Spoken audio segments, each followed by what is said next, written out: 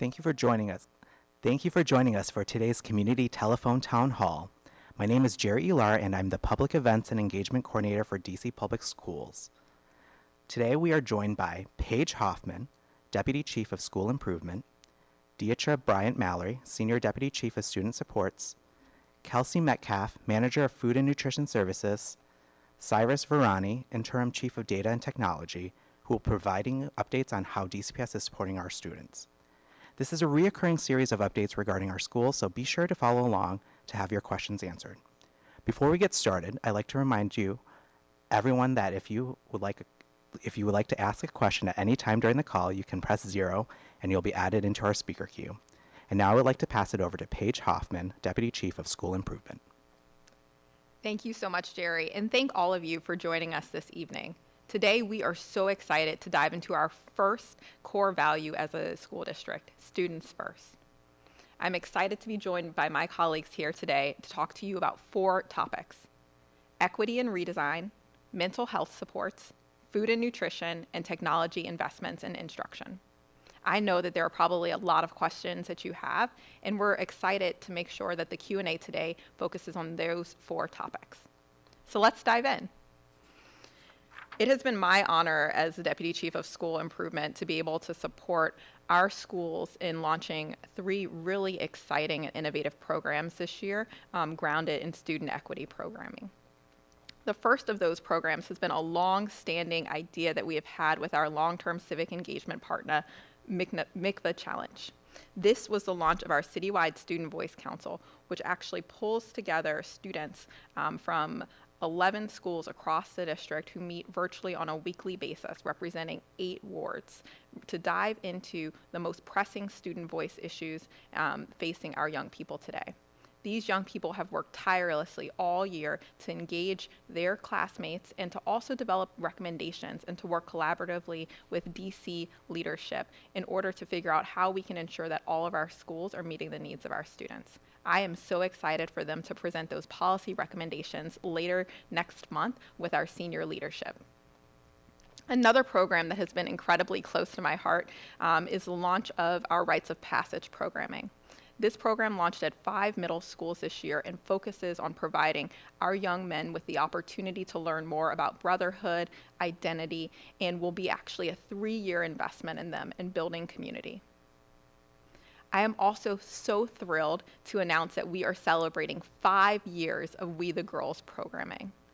This work is at 11 middle schools across the city and creates a safe space for our young women to dive into opportunities to discuss identity, leadership, and health and wellness. In June, we are looking forward to bringing young women and all students actually from across the district to Howard University to dive into these topics and more. Another topic that I've been excited to talk to leaders and stakeholders across the city about this year has been the redesign work that we're launching through DCXQ. As I've talked to hundreds of community stakeholders, we've really talked about the challenges and opportunities facing our young people today. And I've heard consistently that as times have changed, the needs of our young people have also changed. And it behooves us to think about how high schools also need to be places that reflect the changes and needs of our students. That's what is at the heart of DCXQ. It is a citywide movement that pushes each of us to think about where in our role, whether we're students, parents, educators, community members, how are we creating spaces where young people thrive? And I have been so excited by the outpouring of support that has come for our young students as we have had folks gathered at the table to really think about the future. I'm going to take a moment to dive a little bit into what this work has looked like to date. The first phase of this work is all about coming together. That has meant sitting down at the table in diverse teams to think about what has the student experience been for our young people this year and also in previous years. We actually did a robust transcript analysis from the class of 2021 and thought about what worked and for who. Looking at that data and student voice from recent surveys, we also had the opportunity then to think about what are the aspirations facing our young people? What are the ways that high school needs to evolve? And I've been excited as we've entered the next phase of this work to actually work with our school teams and community members to think about how we expose them to the most innovative things happening across the country, to create the opportunity for them to learn best practices in design thinking, and to have the opportunity to build plans for the future. Next slide, please. Schools have also had the opportunity to get deep coaching and support on change management. All of this building towards an application that they will submit for their redesign work over the course of this summer. Next slide. As we move into the design and implementation phase, we are excited to actually put boots on the ground. This is the opportunity that we have to put the ideas into practice, and we're thrilled to be able to add resources and capacity to schools to do this work. We know that change takes time, and this multi-year commitment is a deep investment in every single one of our high schools to have the time and space to reimagine what high schools should be and to also do it right. We as a central office are also committed to being on this journey with school teams and to learning with them along the way. And even if a school isn't up first, we're excited to be able to continue to invest in them and to make sure that they have the opportunity to work collaboratively with their communities. We hope that you all will also join a team so that you can be a part of this process. I'm now going to turn it over to my colleague, Deidre Bryant-Mallory, to talk some more about mental health supports. Good evening, everyone. Again, my name is Deidre Bryant-Mallory, Senior Deputy Chief of the Student Supports Division. Mental health is a national conversation now, and it has certainly been core work for us at DCPS, and it has also been a priority here in DC for some time. One of the things that we have been intentionally focused on during this particular time in our history is making sure that students and families know how to access the resources and supports that are available to our students and our families at our schools.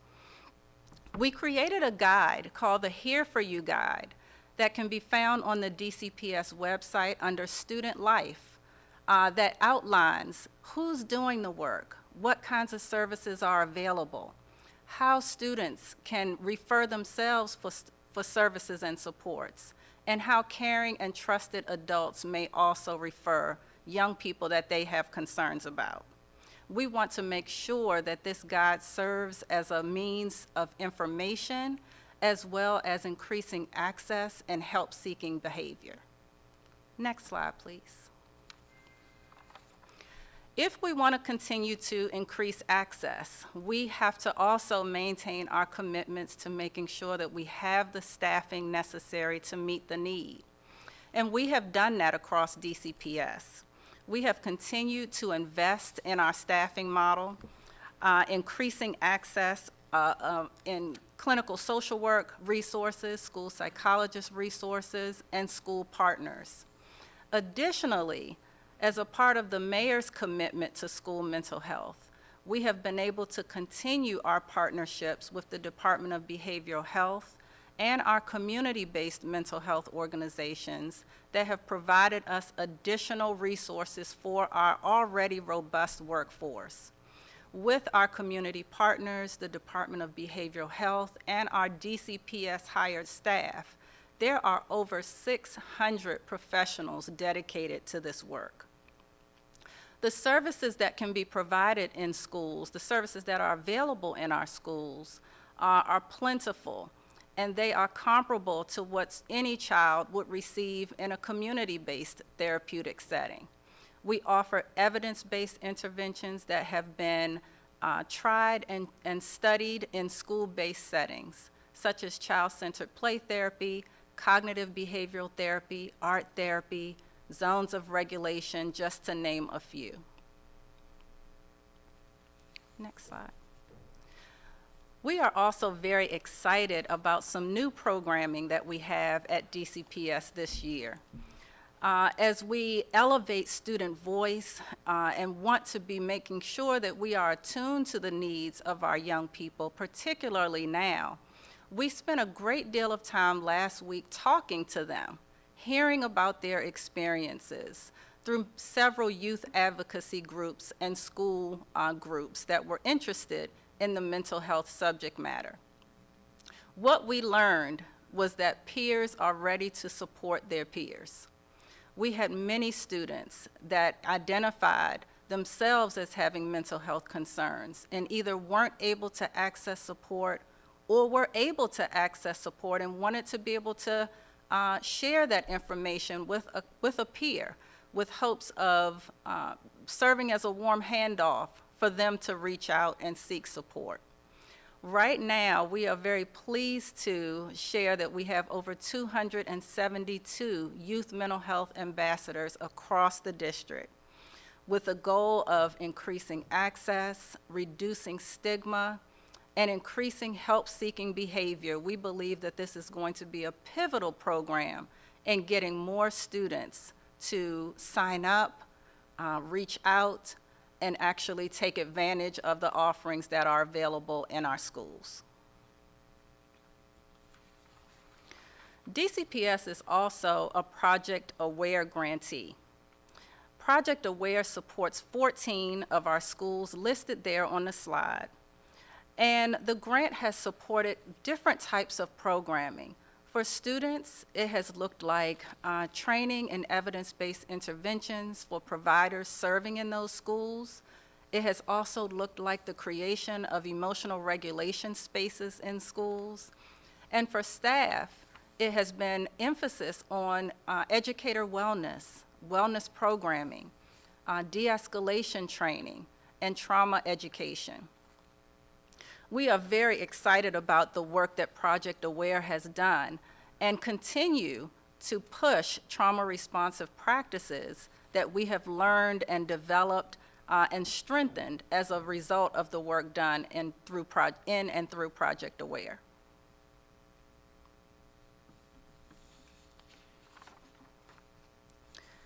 This time in our history has been understandably difficult for helping professionals. And we know that educators are no different. We also recognize that when our staff are struggling, when our staff are challenged, then they are not bringing their best selves to school in service of our students and families. So with an eye on educator wellness, we have been very, very consistently identifying and offering opportunities to increase the culture of care throughout our school communities. We have offered panel discussion with experts and staff from the field to talk about how to remain mentally well during these challenging times. We've offered lunch and learns for school leaders so that they can hear more about how to incorporate educator wellness into their programming in a sustainable way. We've also culminated our activity this year with our first district-wide Educator Wellness Recover Me Summit with over 1,200 registrants and over 600 attendees. This work has been thoroughly appreciated and supported as we look to continue keeping an eye on educator wellness in the upcoming school years. So with that, I'm going to stop there and pass the torch to Kelsey. Thank you so much. My name is Kelsey, and I am the manager of our self-operations program. I'm going to tell you a little bit about that program today. At FNS, we have 3 different providers that serve our students every day: Sodexo Magic, DC Central Kitchen, and DCPS Eats, our program.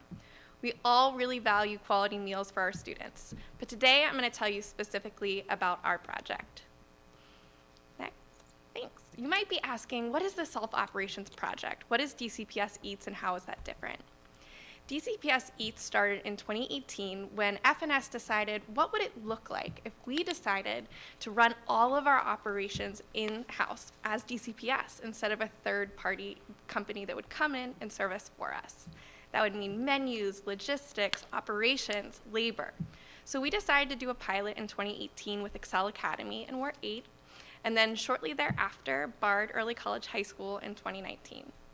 We were ramping up for even further expansion as the first 2 years really showed us how our operations worked, and we had a lot of really big picture ideas of how we wanted to engage with those kids. Obviously, with 2020 and the pandemic, we were a little side-railed, and we turned our school-based operations to community access for food for anyone during the pandemic that needed food. In a weird way, those COVID operations helped us get our feet wet with what we needed to do logistically so that we could think, what do we want to do with our students? And we really miss seeing them in the field. Next. So fast forward, we really focused on our operations, getting to know our staff and our schools. Our doors opened in August 2021, and we were finally able to engage with our kids. We've made a lot of progress since August 2021, both with our operations and our program. With our operations itself, we have learned that as a smaller group, we can be nimble. We can understand what the students want, and in real time, pilot innovative solutions to see if that matches the demand for our kids. And another way, we're really trying to make sure we're supporting our labor force. We have 40 employees that are new to DCPS, and we want to make sure that we're nourishing them in their development and in their training. Programmatically, though, is really the fun stuff. So in this slide here, you'll see Dejan Davis, who's our cook at Excel Academy, and she's piloting here in this photo a crispy tofu recipe, along with the fun flavors of sauces. Part of our thinking is, if we really want to have innovative quality control in our schools, we have to pilot that in real time, get feedback from the field, and pivot and change and grow so that we're meeting the demands of our kids. We've also invested heavily in our professional development programs to make sure that we're focusing on customer service, presentation, and the experience of our students walking through the lunch line. We also have been engaging in surveying and taste tests. For the week of May 9th, our team will be hitting our self-op schools to pilot new fall menu items for our students.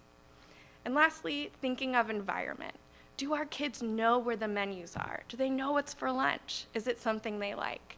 And how do they feel when they come through that line? So we've been looking through the course of this year, we got running with our operations, but really what does it mean to be a program that serves our students, both in the basis of operations, but in the heart and soul of our programming? Next. Great. So this is very exciting, and we have a lot of wonderful ambitions. But with that being said, we want to make sure we get it right. We'll be spending the next school year really diving into the data and the metrics of success to make sure that everything that we hope and dream to do, we can execute so that the needs of our students are being met. Some of the things we'll also be focusing on over the course of our next school year is, what does it mean for our food program to be sustainable and growth? We want to think about, what does a partnership look like to get better quality food into the schools and on trays? We all experience the supply chain, so what does high quality local food look like? We also want to make sure that, again, we stay nimble, pivoting in real time, that our services match the demands of our kids. We're DCPS staff, and we want to support our kids outside of just the cafeteria. What does their learning experience look like with food when they're not just in a snap in a lunch line? And lastly, and most importantly, we're engaging in the notion of, what does it mean to take feedback from students and apply it in real time so it's something that's measured, that's felt, and celebrated. I'm really excited for this program to grow, the self-operation programs, DCPS Eats, but I would be remiss not to take this opportunity to tell you about a great campaign we're hosting for all DCPS students. We're hosting a project called My Tray, My Way, which means that any kid in the district can submit feedback to us. It could be 60 seconds of a video, a song, a dance, a rap, something creative. And then our partners, DC Green's, Scream, and Don't Mute My Health judges will review those videos, select the top 5 winners. The winners will get some great swag and a $100 gift card, but more importantly, the feedback provided by the students will be implemented into our programs. We're really excited to see our program grow and the rest of the district grow, and we can't wait to see your feedback. Thank you. I'm going to turn it over to Cyrus. All right, thank you. Good afternoon. Thank you for joining us. In 2019, under the leadership of Mayor Bowser and Chancellor Farabee, DCPS announced the Empowered Learners Initiative, a multi-year investment in technology to close the digital divide. through enhanced access to technology, improved DCPS curriculum, and a robust teacher professional development program. We're happy to continue that commitment and ensure that in school year 22-23, we maintain a 1-to-1 student-to-device ratio in grades 3 through 12 and a 3-to-1 ratio in grades pre-K through 2. We're also very excited to announce that we are investing in higher powered devices for our students in CTE and digital arts programs. And this is to meet the demands of rigorous applications that run high demand processing, memory, and hard drive space requirements. In 2020, we also announced that the district is committing to refreshing all classroom boards across the district, classroom interactive boards within the classroom. Building on our investment in FY22 of $2.5 million and $5.3 million in FY22, DCPS plans to invest an additional $7.75 million in FY23 to purchase approximately 1,500 boards that will be installed throughout the district. And that is with a commitment to refresh all 4,800 boards by the end of FY24. We also believe that high-speed and ubiquitous internet connectivity is a must in the 21st century learning environment. As a result, we have invested and will be investing a considerable amount in upgrading our network and network connectivity and infrastructure on an annual basis. In FY23, we will be investing the $1.5 million in upgrading the network and ensuring that we continue to offer a robust internet connectivity for the 21st century teaching and learning environment. In close partnership with the district's Office of the Chief Technology Officer, we will be continuing to invest in robust technology supports for our students and families. This includes the remote and on-site support for technicians at the schools and a 24 hours family-facing technology call center. And finally, to ensure that long-term we have a sustainable plan and a vision, and we continue this throughout the years, DCPS is excited to be launching a robust planning process to create a multi-year plan that leverages work to date and with the goal of a digital equity across the district.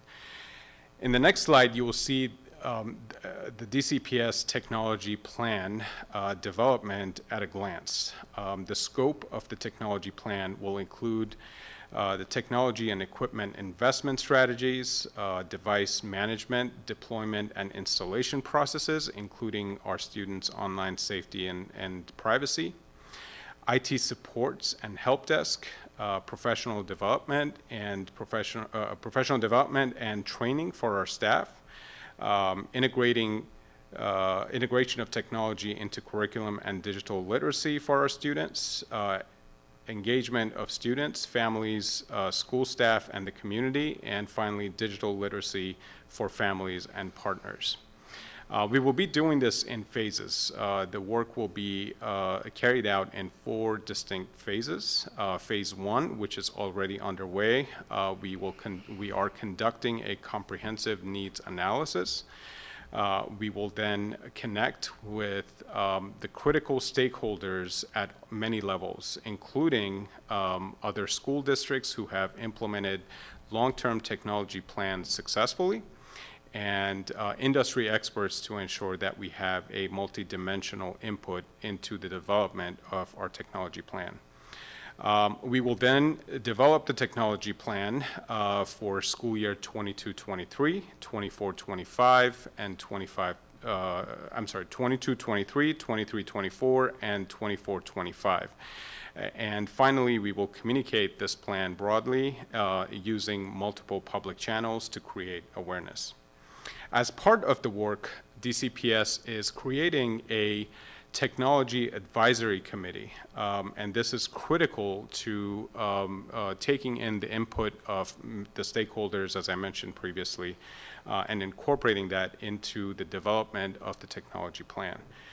This committee will be comprised of 10 staff members and 10 family members, including parents and guardians of DCPS students. The eligible individuals include the teachers, school technology POCs, school leaders, parents and guardians, and students at the secondary level. And the time commitment required for a committee member would be about 60 to 90 minutes on a monthly basis, in addition to any work that happens outside of the formal meetings. So if you are interested in applying to serve on the DCPS Technology Committee, please contact your school leadership, or you can visit dcps.tech/tech committee, or use the QR code in this presentation to access the application form. Please note that the application deadline is May 9th of 2022. Okay, so how do we support instruction and curriculum with technology? We continue to use Canvas as an instructional hub that students can access digital resources, assignments, and curriculum in one place.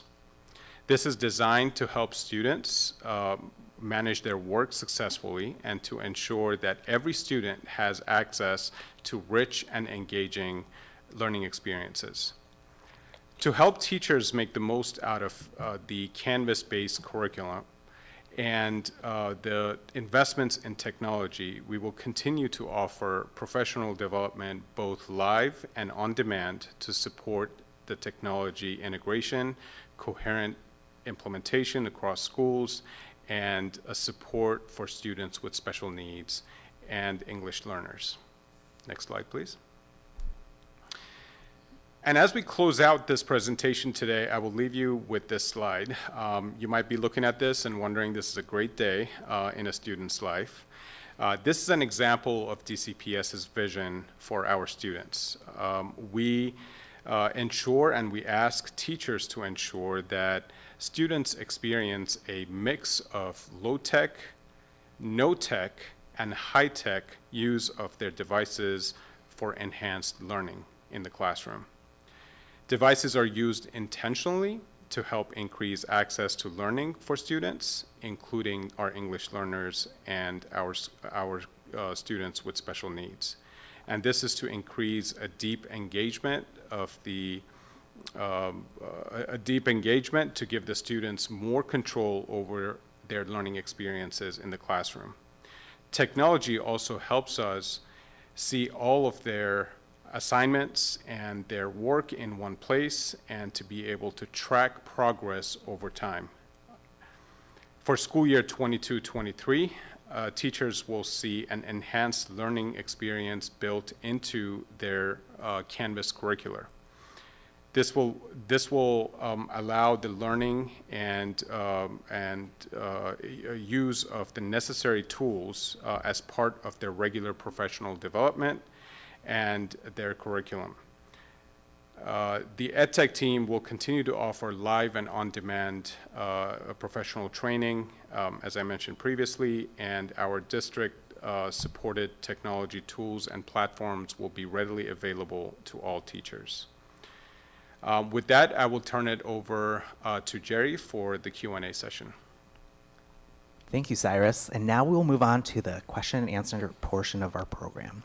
As a reminder, if you would like to ask a question, you can press 0 now to be added to our speaker queue. Or if you are joining via social media, you can comment your question on our Facebook and Twitter live streams. So for our first question, we'll turn it over to Deidre. What is DCPS seeing as far as trauma post-COVID, and how are you addressing it? And what are the best ways? We'll stick with that one question. So what are we seeing? We certainly have seen more students who are identifying with feelings of depression, feelings of anxiety, feelings of wanting to harm themselves. We have certainly seen an increase in this. And as a result, we have spent a great deal of time refreshing our workforce on suicide risk assessment, on the use of signs of suicide as an intervention. We've also refreshed our providers after being, working virtually for over a year with some of the practices and evidence-based treatment approaches that are specific to the needs that our students are presenting with, such as depression, such as anxiety. So I would say those are some of the key things that we've done to prepare for the increase in need. One other thing that I would add is that we have introduced a universal method, an easier method for getting students linked to services faster. So in the guide that I shared about a little earlier, there is a referral form. And in that referral form, there is a quick and easy way for a student to self-refer or for a staff member or caring adult to refer a child that is having a concern. That concern is streamlined, that referral is streamlined to a school behavioral health coordinator who can then look at the expertise on that team, identify the best suited clinician to support that student, and then link them for services. Thank you. For our next question, we'll turn to Paige. For XQ, is there any thought to somehow adding schools that feed into DCPS high schools, or how can I participate now even though my child is still in elementary school? Wonderful question. We know that each school community is going to have unique needs and that the school model needs to be reflective of the needs of that community. So one of the things where we're really excited is to make sure that we approach this with a spirit of vertical alignment. And so we are encouraging elementary and middle school families to join a team. You can go to dcxq.us and sign up there, and you'll be matched with you'll be matched whether you're a middle or an elementary school with the high school that you identify. We're also looking, if you don't have a student who's currently in a DCPS school, but you do have skills that you want to add to our school communities, to also sign up. We will need everybody to join this work in order for it to be successful and lasting for our students. And then another question, what's the best way to have my son sign up for the rites of passage work at his school? I am so excited that this programming is going to be expanded to more students. So please email your school leader and let them know that your student is interested. This is, for me, the work that touches the heart, and we are excited for more students to be able to take advantage of it. And then this question is for Cyrus. Eli has been great, but what is the plan to keep devices updated, as we know technology is ever changing and there is always something new every year? Sure. As part of our multi-year investment strategy in the technology plan, we ensure that devices stay within a set life cycle. We ideally will make sure that devices stay within a 3-year life cycle and are replaced consistently across the board. And as a result of that assessment, we will also ensure that there is an ongoing review of the needs, and as a result of that assessment, make any changes to the upcoming technology. Awesome. And then our last question for today is going to be for Kelsey. Meals posted on the calendar do not always correspond with the meals served. Why would this be? In addition, is it possible for students to bring their own meals and then take some of the lunch items a la carte? Thanks so much for this question. So as I mentioned kind of when we were talking about local procurement, we're experiencing a really big issue right now with supply chain. So often if you're seeing a change in your student's menu that isn't reflective of the menu posted online, it's most likely a result of that supply chain issue. So sometimes we don't get the cases of chicken that we need or the cucumbers, and we have to make pivots to ensure that our meals still meet our federal guidelines and our compliant meals. Your students may, come to school and bring their lunch from home and then get a full meal, but at this time we don't currently offer a la carte. Looks like there's one more question. Many times there is no protein for breakfast, just muffins and crackers or French toast sticks. Is there any thought to offering any protein options for these days? Yeah, so I'm actually not the menu planner, but we do have a lot of protein on our menus, and a part of our requirement is meat alternates. So we do offer protein on our menus daily. Awesome. So that concludes our Q&A for today. Thank you again for joining us this evening. Please join us for our last telephone town hall with the mayor's office on Wednesday, May 25th at 5 p.m. as we close out the year.